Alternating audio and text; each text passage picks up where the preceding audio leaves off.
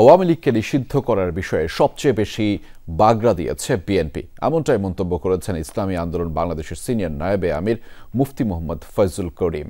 রোববার বিকেলে রাজশাহী মহানগরীর শালবাগানে অনুষ্ঠিত সভায় এসব কথা বলেছেন তিনি। সময় দেশের 92% মুসলিম উল্লেখ করে তিনি বলেন, একজন মুসলিম সেকুলার হতে পারে না, তাই ইসলামপন্থীরাই ক্ষমতায় থাকবে, এটাই স্বাভাবিক। এমন কোনো জায়গা নেই যেখানে বিএনপি চাঁদাবাজি করছে না বলেও অভিযোগ করেন মুফতি মোহাম্মদ ফয়জুল করিম। সভায় ইসলামী আন্দোলনের অন্যান্য নেতাকর্মীরাও বক্তব্য রাখেন। রাজনীতিতে রাজতন্ত্র, পরিবারতন্ত্র শেষ করে ইসলামের খেলাফত প্রতিষ্ঠার ব্যাপারে আশা ব্যক্ত করেন তারা।